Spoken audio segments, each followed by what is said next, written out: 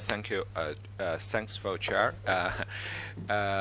Yeah, really, thanks. It's really my honor to be here and attending this conference. And actually, I think this whole day's discussion is about power shift, but scholars approach these questions differently and highlights the different aspects about the changing distribution of power in this region as well as in the world. And actually, my title is about a new Asian regional order, question mark. This is the main title. And then I will talk about three aspects: the power shift, the economic connectedness, and the Asian way. Actually, I use the Asian value, but I think the Asian countries' approach to the power shift differently from the Western IR theories predict. So here I will highlight the Asian way and especially the Chinese way to the international relations. So the first thing is about so now a question about a new Asian regional order. So what is the old regional order in in this region? And I think this is the Cold War, during the Cold War, and there are two components. The first is about the U.S. presence in this region, especially the military presence in this region. And second is the U.S. alliance system in this region. And this system already, we could say, during the Cold War. And this system works well, control the conflicts or confrontations relatively smoothly, but after the end of Cold War, the international structure changed, and also the other things changed. So now, when we're talking about South China Sea, when we're talking about North Korea nuclear programs, when we're talking about the China-Japan territory disputes, all these issues can now solved by the also so-called the old-fashioned the regional order. And so now whether or not there will be a new regional order emerge, I think depends on several things, especially the economic interdependence or connectedness of the way how the Asian countries respond to the power shift. So the first thing I want to say is about power shift. But power shift does not equal to the rise of China or the relatively decline of the United States. But now when we're talking about the power shift or power transition, always about the relationship between China and the United States, the rise of China. But I think now this time, first, there are 2 points I want to make. First is besides China, other developing countries also achieved economic growth after the end of the Cold War. Besides China, India, Brazil, South Africa, and other African countries achieved economic growth. So Chinese official line, I think, is much more precisely to describe this process. In China's way, we say the new emerging economies developed collectively. So I think not just China. If we're looking back about the history, before the World War I and before the World War II, not just the Germany, but also other countries also achieved economic growth, right? Japan, Germany, and other countries. So we have the so-called the established power of the emerging power, right? So power shift does not mean just equal the rest of China. I want to highlight this point. And the second, the sources of power also diluted. Not just material power matters, but also other kinds of power matters as well. There's a professor wrote a book to discuss, candidly for me, is talking about the division of labor between among the United States, China, and the European unions. The United States provide the military and security. The United States has military or security advantage. China has the economic advantage, and the European has the ideas power. So now when we approach the power shift, we have to at least look at these two aspects. So this is the first thing. And the second is about the Asia. And in this morning, the Minister of External Affairs, and I think he is insightful, raised the question how to define the region, how to define Asia, right? So for me, I think before before the end of the Cold War, in Asia there are many Asias, not just one Asia. We have the South Asia, East Asia, Southeast Asia, Northeast Asia, but we do not have Central Asia because that part is the Soviet Union, right? But after the end of the Cold War, and because of the globalization and economic growth and economic interdependence among Asian countries increased. Although this morning Professor Brantley Womack say this region is less integrated than many other countries and especially European countries, but still, if you look at the in terms of economic interdependence, this part of the region integrates much more together, right? So we have, if I look at from China's outside, so the Northeast, Southeast, and South Asia and Central Asia integrated much more than before. So the first thing, we have the economic interdependence among each other. China's economic connection with the ASEAN country, I think, is one of the most important phenomena in the last decade, right? And also China's economic interdependence with Japan and South Korea. That is why even we have some disagreement on the on strategic issue, but still maintain the stability and stable bilateral relationship in the last 15 years, right? So this is so for me, I think there are two regions. The first is about economic interdependence, make this region much more integrated than before, and the second is about the United States. How the United States respond to the decline, the relative rise of China, or the distribution power change in this region. The United States tried to bring other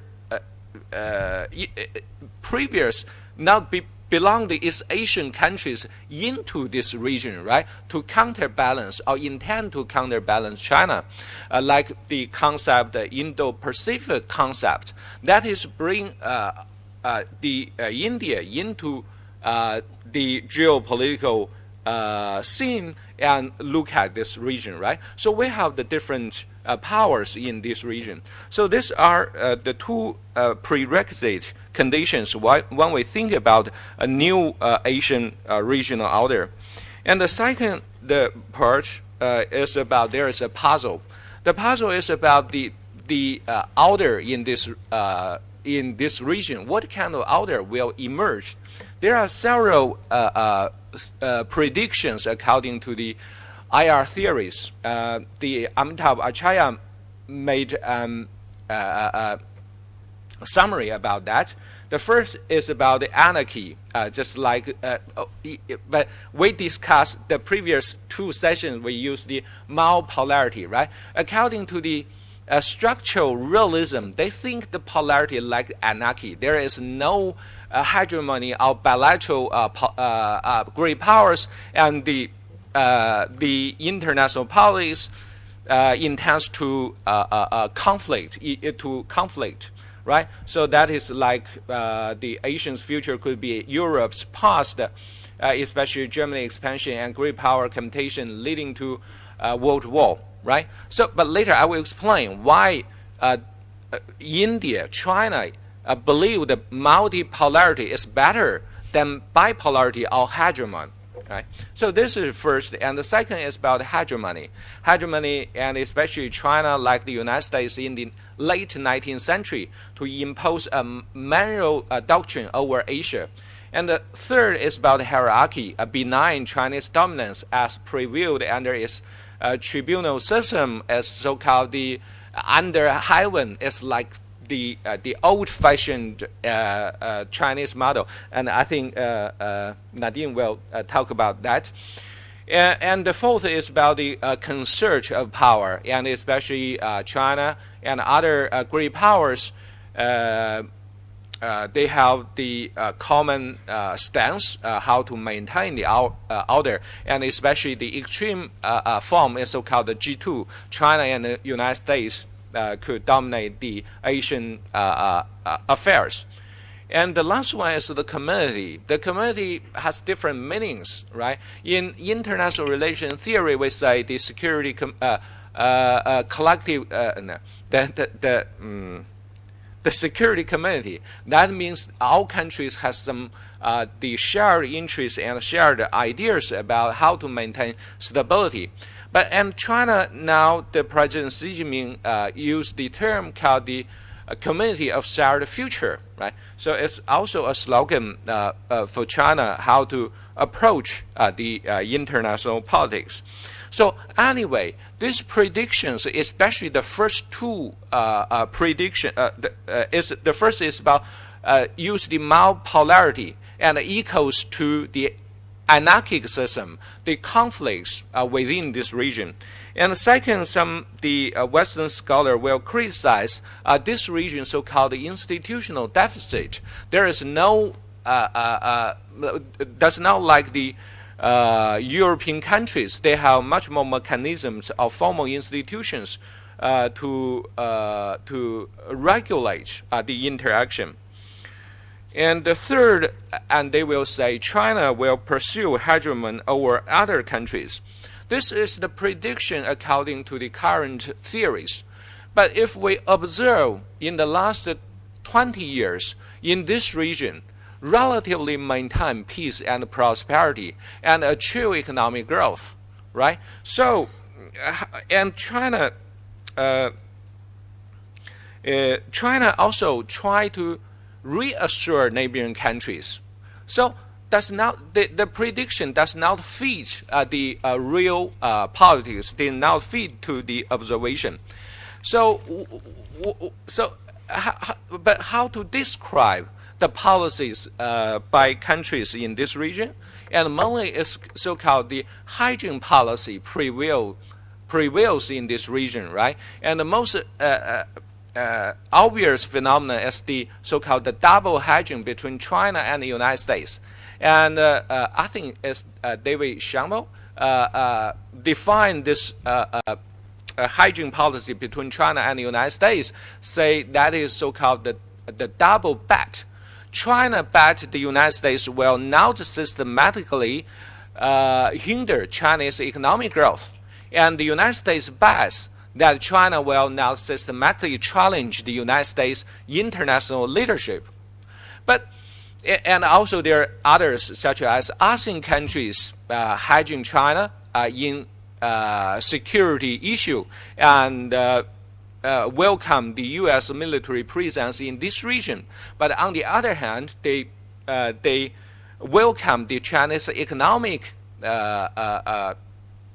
expansion in this region. So it's a lot of hygiene policy. Someone will say hygiene policy is not good, but actually hygiene policy avoid the worst scenario is so-called the counterbalancing policies adopted by the region countries. So why in this region so many countries adopt hygiene policy? Because two parts of the regions. The first part is from the international level. The international setting already changed. There are two parts. The first is about economic interdependence, I already mentioned. And last evening, Professor Cameron mentioned that it is about economic interdependence in this region and also in the world really influence or constrain the country's policy choice. So the relationship between China, the difference of bilateral relationship between China and the United States and the relationship between the Soviet Union and the United States is about economic interdependence. So this constrains the policy choice of the United States as well, China. Right? So this is the first, the international setting factor. The second sector is about the institutions. There are so many institutions, not just dominated and established by the United States, but also within this region. We developed our own institution arrangements of the forums. And later, Professor Mooney will talking about the East Asian Summit. And I think that is also within this region developed to solve the problem. And the third, actually from the domestic level, so this is part, I mean the Asian way, actually not Asian value, it's about Asian way, how the Asian country think about the international politics. This morning we have some gentlemen ask question about human nature. I think even the human nature does not change, but different societies approach the human nature differently. That is culture, right? So the culture in this region different from other parts. So the way to approach the power transition also differently. So now I mainly use China as the example to explain why I believe and optimistic about the Asian regional order. I do not from the history of the Chinese traditional culture to define the Chinese different. I from the current Chinese foreign policy practice. And there are several different things China practices foreign policy. The first is about developing countries and multipolarity. I just mentioned China and India insist and the European Union, we insist the world should be a multipolarity, should be multipolarity rather than just bipolarity or hegemony. But why China insists that? But China is not just mean there are several great powers that be a multipolarity world. China insists specific countries should be included, especially developing countries. So for China, developing country or the third world is not just economic term, but also political term with moral values. So China insists a multipolarity should be including more in developing countries. And why including more developing country more favorable? Because we have been defeated by the Western power in the last 200 years or 500 years. So now it's a reasonable and justice to make a developing country be part of a multipolarity world order. So that is why before the 2008, in this century, several times the G7 or G8, they have the Plus Forum try to involve China be part of this process. China did not keen on this format. But after G20 and BRICS became a reality, China really supported this two format. So this is the first thing. It's about how China see about developing country and multipolarity. And the second is about non-confrontation. And this is now learned from the past harmonious world. It's learned from the history. It's learned from why the collapse of Soviet Union. If you look at the Chinese Communist Party, how to read the history, learn the lessons from the collapse of Soviet Union, we believe the reason of collapse lies in the confrontation with the United States. So if you look back in the last 20 years, China intended to avoid confrontation with the United States. And that is why in the last several years, China has a new term called the new model relationship among major countries, and especially to deal with the relationship with the United States. And the third is about the economic way. China tried to solve the problem by economic interdependence. So if you look at the I use a domestic issue, the Taiwan issue, and China, in this century, China try to solve this Taiwan issue by build economic interdependence to reduce the independence aspiration.